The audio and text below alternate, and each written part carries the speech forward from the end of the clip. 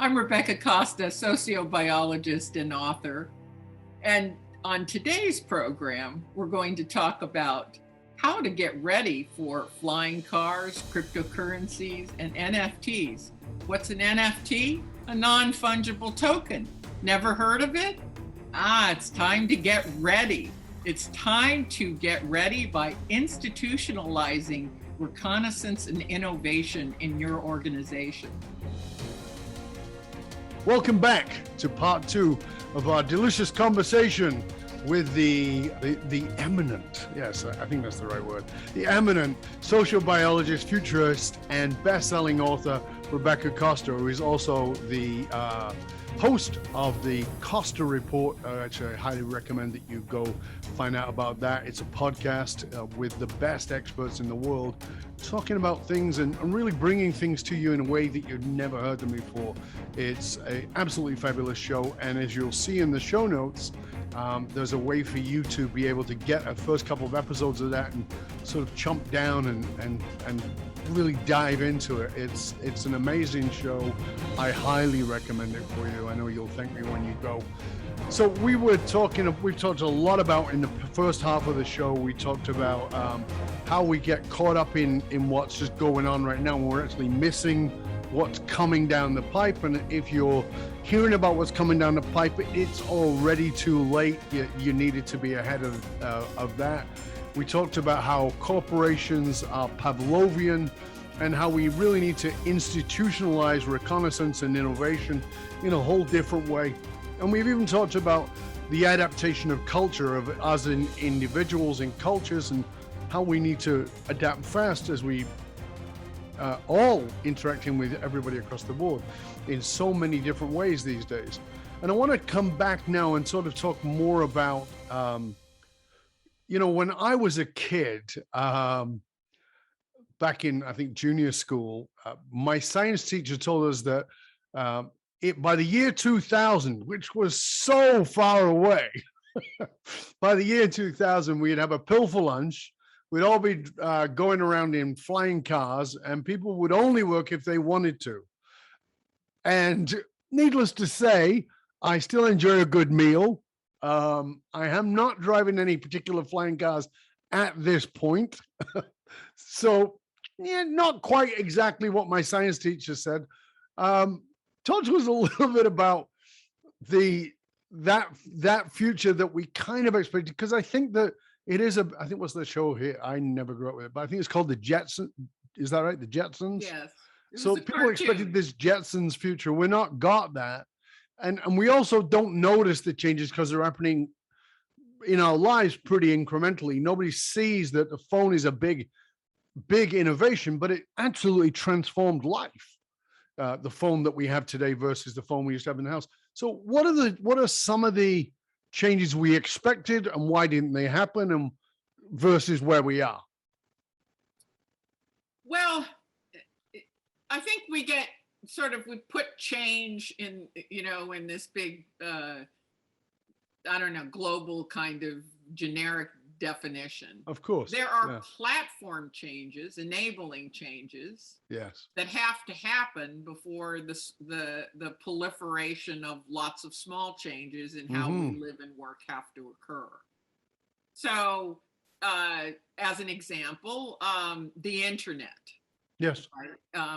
The internet had to happen for all of us to be able to communicate with each other through video and through audio, and like we're doing right now. For blockchain technology to occur, and for now blockchain had to happen before NFTs could happen, non-fungible tokens, and cryptocurrency.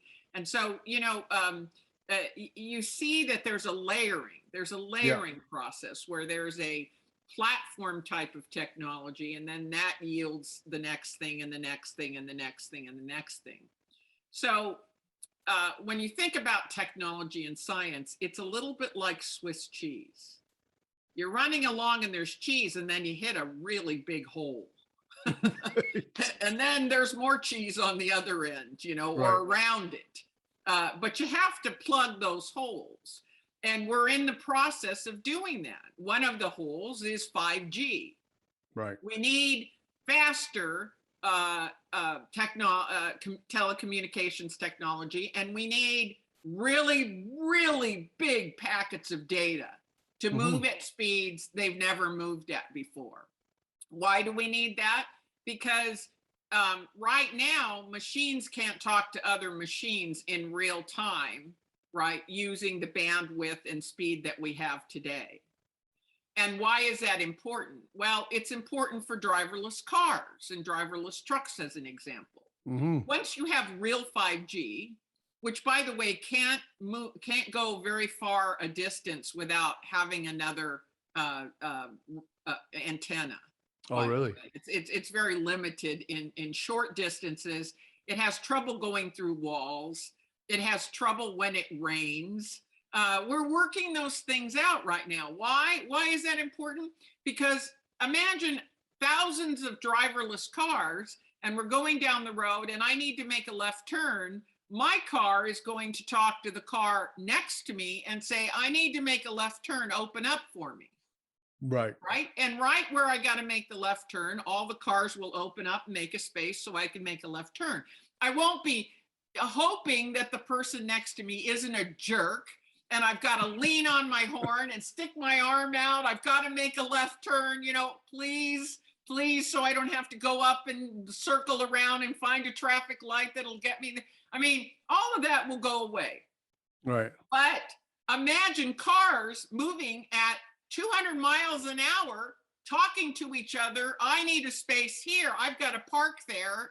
I mean, you need a lot of bandwidth, and you need it really fast. And we don't have that right now. We have the car technology. We have the driverless car technology. Yes. We don't have the bandwidth for cars to talk to other cars. So this is what a lot of the futurist sort of science is already there, but the ways of facilitating are not necessarily there yet. That's right. And so technology goes super fast and super slow. There are parts of infrastructure and platform technology that takes a long, long, long time to debug, and then it takes off.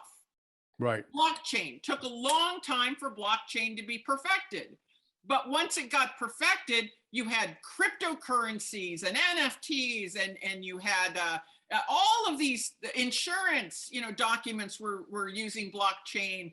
Supply chain was using blockchain. The space program, right? Suborbital space needed blockchain. We needed that to be perfected in order for suddenly the advancement to go faster. So it goes really slow until you perfect one of these enabling technologies, and then it goes really fast, and you get lots of development that comes out of that. So that's why there's an unevenness. I see. And that's why when you look at George Jetson's, future, where he's going around in flying cars, there actually are flying cars, right?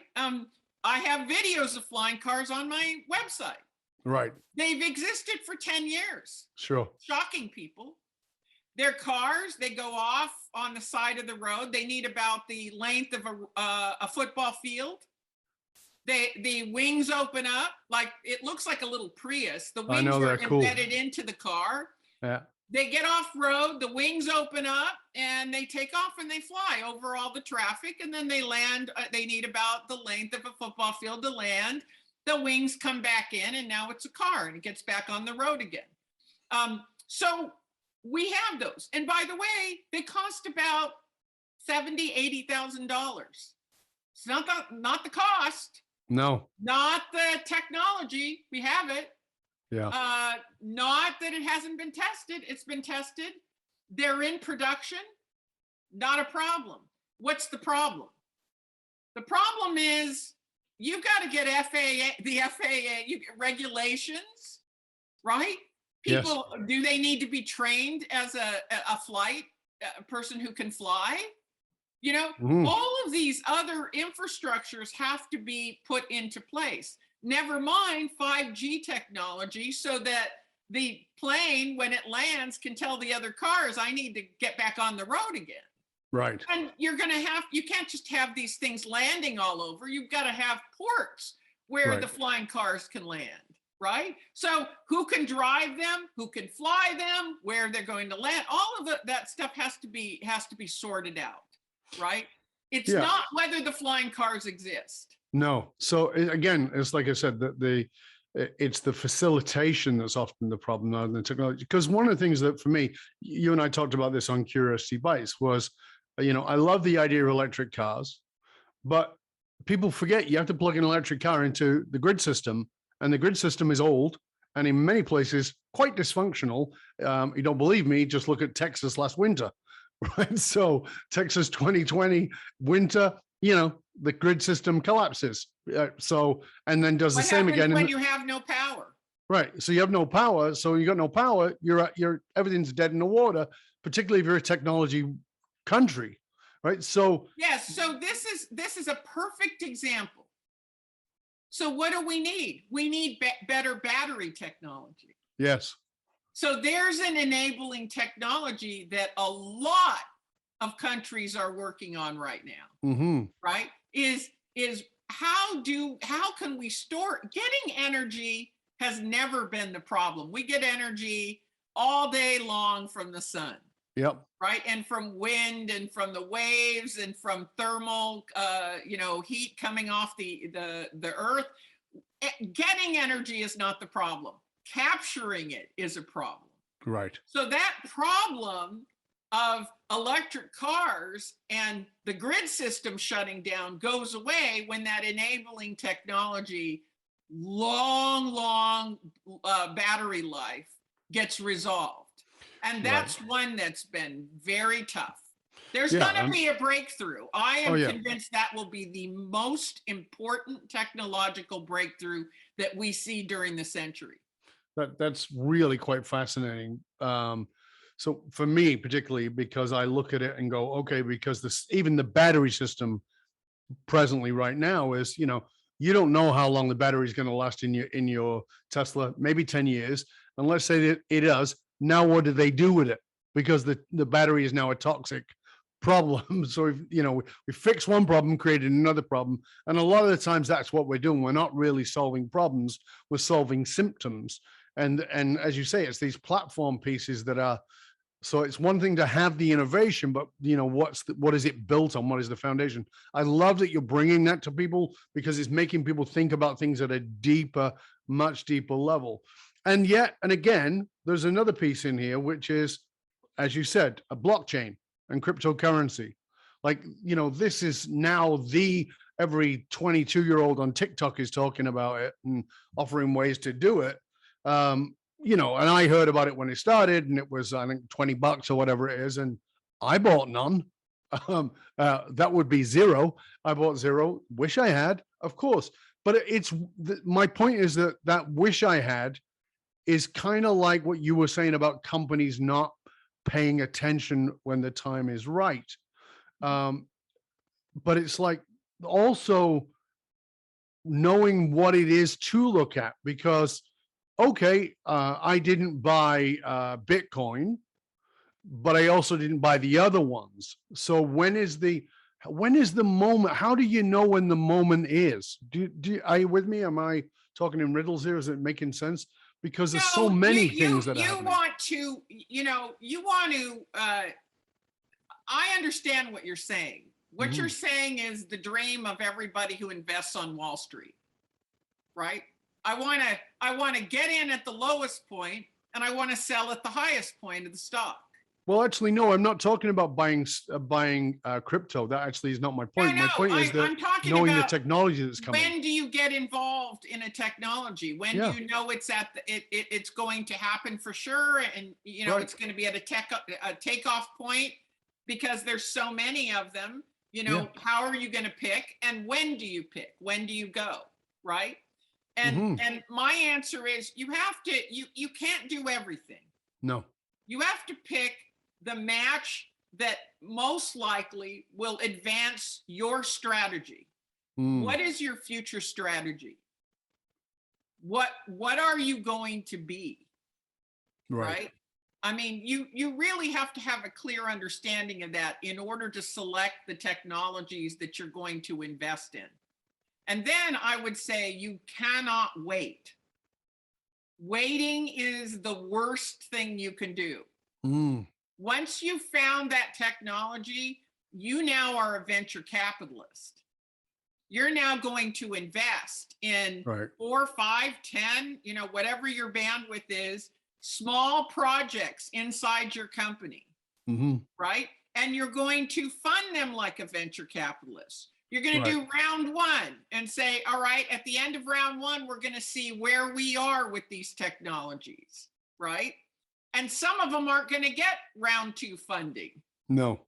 but others are, and they'll get to round two, and then you'll see how that development is going. At the end of the day, you will wind up with 1, 2, 3, 5 technologies that you now have expertise in, give you an advantage, whether it's efficiency or a new feature, whatever it is, it will give you an advantage, and you got started. And the losses, the investments you made during round one and round two will be dwarfed compared to the advantages that you wind up with. But you've got to start. And number two, you've got to institutionalize the acceptance of failure. Right. Not everything you invest in is going to pay off, but you can minimize your losses by having checkpoints, just like venture capitalists do. Venture capitalists, they only succeed 10 or 15% of the time. Yes. And no one would call that a failed business. All the venture capitalists I know are billionaires. Exactly. But they're not experts at success. They're experts at failure. Yes. They're failing 85 and 90% of the time, but they're minimizing their losses and they're funding those things that are successful as they go along. And there's no reason corporations should not take that same model that is guaranteed to give them an end product that's successful and valuable. There's no reason corporations can't use that same venture capital model. So, I want to just quickly touch on these things because there are these things that are new and almost incomprehensible to the average person. So, you're blockchain, which is like, what is that? And then we see it with cryptocurrency, but it's also used in all kinds of other ways that people don't even begin to comprehend yet. Blockchain is easy to define for people that are not familiar with it. It simply was an immutable, an unchangeable record. Think about a chain of custody, right? That you dropped off your FedEx package and signed for it, and then a clerk scanned it, and then it went on a truck, and then from that truck it went to a distribution center, and from there it went to a larger truck, and from there it went to and all along the way a permanent record of time, date, handler, everything that's known, the size of your package, the weight of it, everything is moving along. Now, let's say they lose your package. Nobody can change that record. We know exactly where it was lost and who lost it and who damaged it. Now, why is that important? It maybe isn't important so much about your package, but maybe it's important when you're signing papers to close your escrow on your house, or you'd like to transfer some money from one account to another, right? Or you'd like to know the history of maintenance on the house you're going to buy, right? This is an immutable ledger, a ledger which can be changed by no one. So do you see blockchain becoming very much the norm, common in all those interactions that we're doing? Yes, it is. It's quickly becoming. And now we have, I was saying that's an enabling technology. Yes. Now we have these outcroppings. Let me tell you an interesting one. Non-fungible tokens for people. Please, yeah. Everybody's like, what the hell is that? And the NFT. guy with a Most face that people haven't even was a heard of meme them. is now made $1 million from something that was free. No. Well, there's a fellow who, and this is the best way to explain what an NFT is. Yeah. An NFT is a way to assign a value to something that was created electronically. Okay. Now, if Yeah. you think about it, let's say I create a piece of art electronically, right? I want to sell that art, but all you have to do is hit copy, copy, copy, and you can't tell the difference between the original I drew and all the copies because Right. they're all electronic and they're all very much the same. Yeah. So there was a fellow who mined his piece of art, created a non-fungible token, and said, this is the original.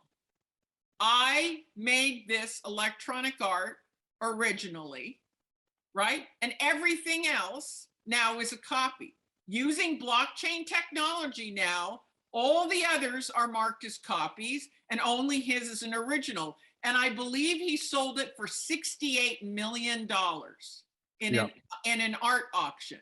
Yeah, Now, it was a series, and it was a series of work he did over a year, and yes, it was pretty phenomenal. Prior to this, no one could put a value on electronic art. It was not possible to do that because you could not distinguish it.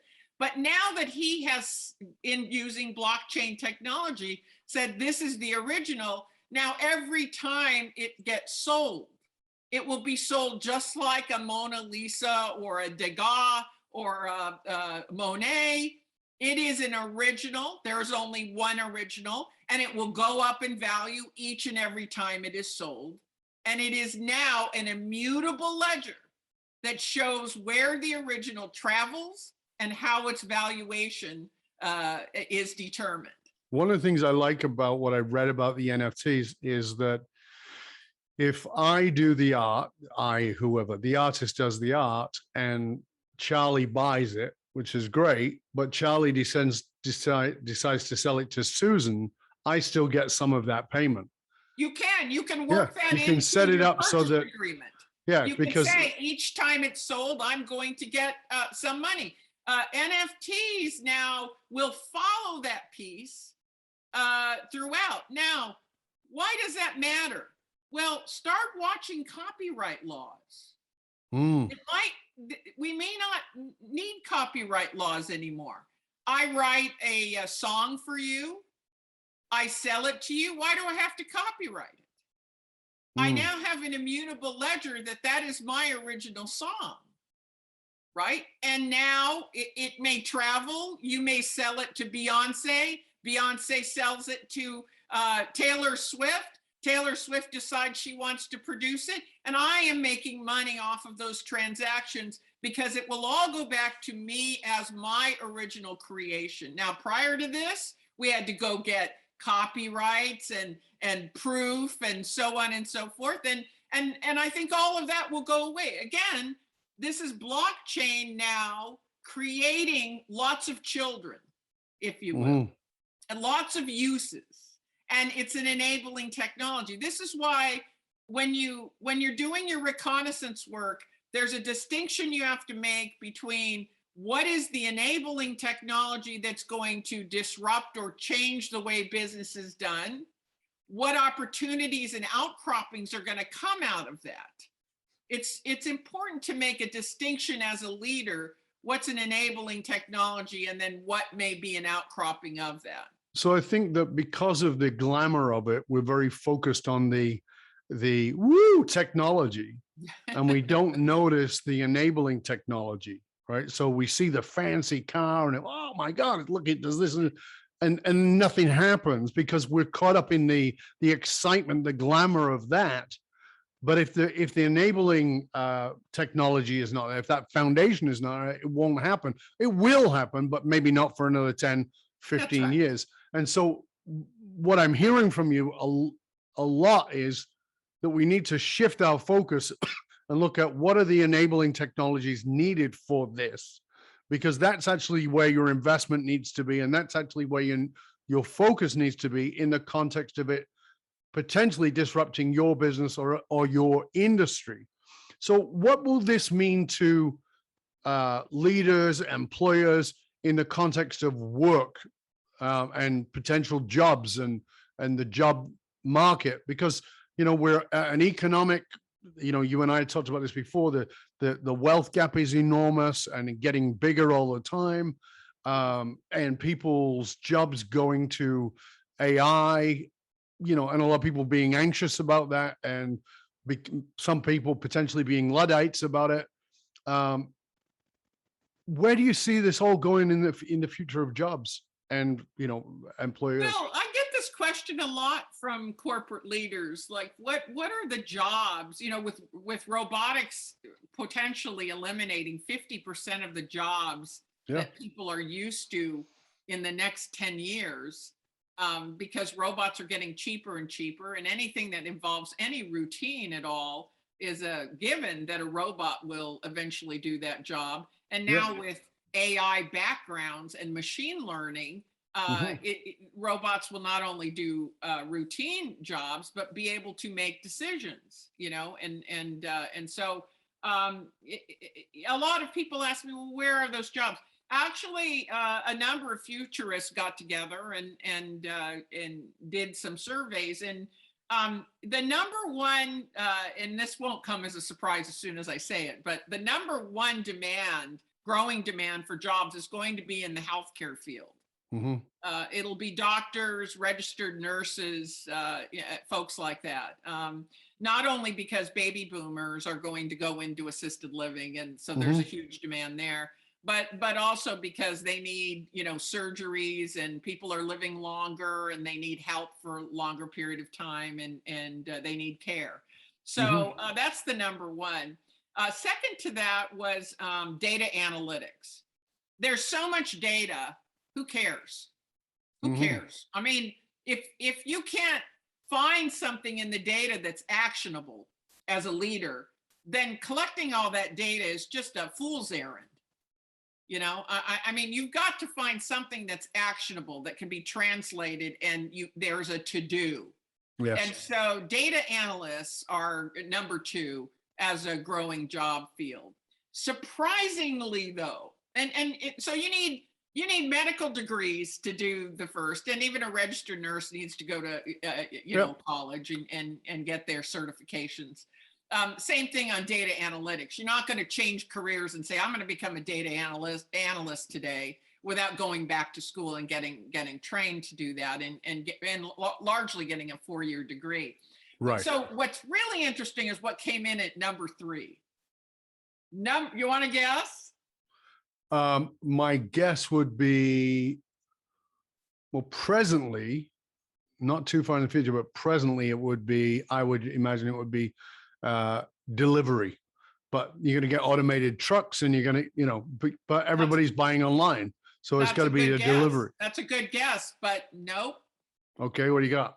Plumbers and electricians. Sparkies and plumbers. Wow.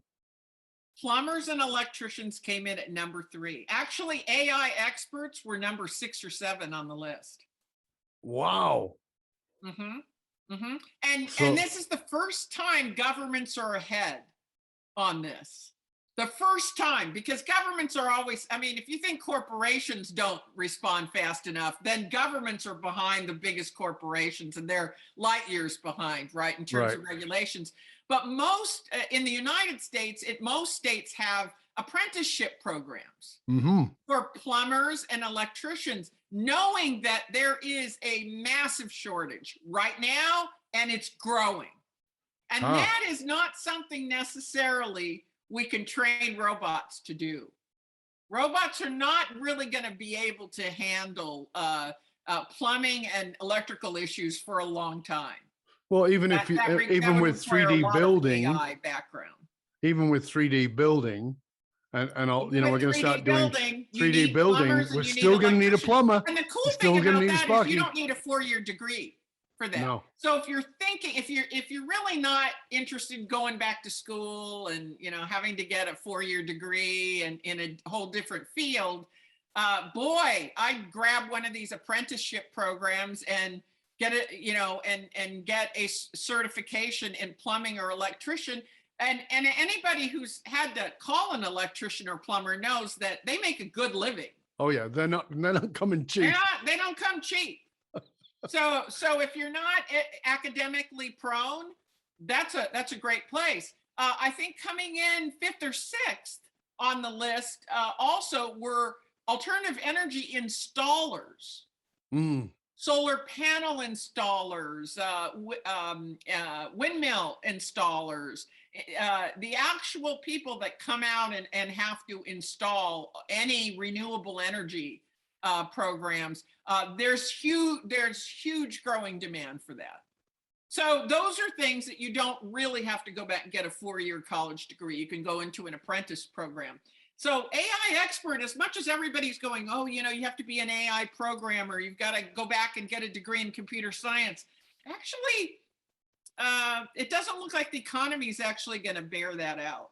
Well, for me, what's really interesting is, as you're saying all this, there's a picture in my head, and it's this, it's this dinner party or this little soiree, and people are wandering around. And what do you do? And what do you do? I'm a data analyst. And what do you do? I mean, one of your parties. Of course, one of my parties. Yeah. that I haven't been invited to yet. But your invitation is definitely in the mail. You're moving, and so after I've moved, there's a housewarming in your absolutely, future. And you are definitely invited. You and Jamie, because he said to say hello to you.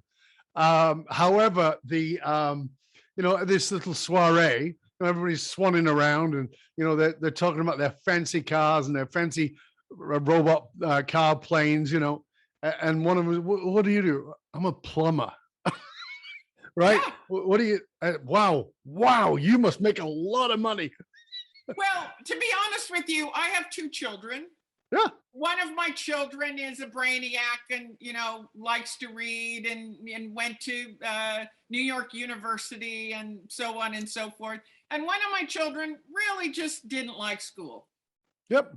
I mean, he really fought it. I mean, he wanted to do the right thing, and he did study, but he was never good at it. He didn't like it. It was just an uphill battle. And my promise to him was, my job ends at getting you into a 4-year university, but if you drop out after the first quarter, I'm fine. I'm fine with that. Go find your path in life. Absolutely. Right? And he would have been he went on to become a master wine sommelier. Really? He did find it. I wasn't too keen on the alcohol part of it, but he's convinced that, again, is not something going to be taken by a robot anytime soon. He's convinced me this is a real career, but I guess if my children were still younger and I had a child that really wasn't connecting with academia and really didn't want to go to college, I would really, encourage them toward an apprentice program. Yeah, to the trades, absolutely. Yeah, because that's a growing trade. It has a huge growth opportunity, and that means those salaries will just keep going up. Yeah. And these apprentice programs are very low cost and sometimes free that the states are offering. Rebecca, always a pleasure and an honor. Thank you so much for being with us. Again, before we finish this second delicious conversation, let's let people know where they can find out more about you and all your wonderful resources. They can go to my website, which is just my name, RebeccaCosta.com.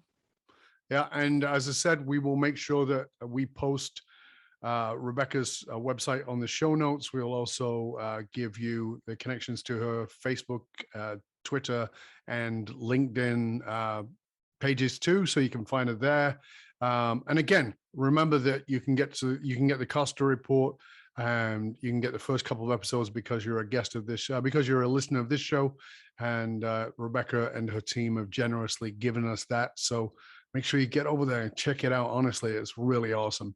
And again, for you, thank you for joining us, for being with us for this. And if you want to have conversations with other conscious leaders about this conversation or about any of our previous conversations, you go to either our Facebook or LinkedIn groups. Just look for the Leadership and Loyalty Podcast. The truth of the matter is, it doesn't matter how successful you are. If your employees and your customers don't understand what gives your company meaning, you're only working at a fraction of your true capability. To find out how you can hire me, Dov Baron, as a speaker or leadership strategist for yourself or your organization, simply go to dovbaron.com. That's DOVBARON.com. Because unified, actualized meaning is the one single monolithic difference between mediocrity and greatness for individuals and for companies. I want to thank you for sharing the show with everybody you know. Till next time, stay curious, my friend. Stay curious about how you can institutionalize reconnaissance so you can get ahead of the curve in all the change that is about to happen and is happening right under your nose. I'm Dov Baron. I'm here to assist you tapping into your deepest meaning to reach that next level of clarity, focus, purpose, and profit in your business, your life, and your leadership impact. And I am out.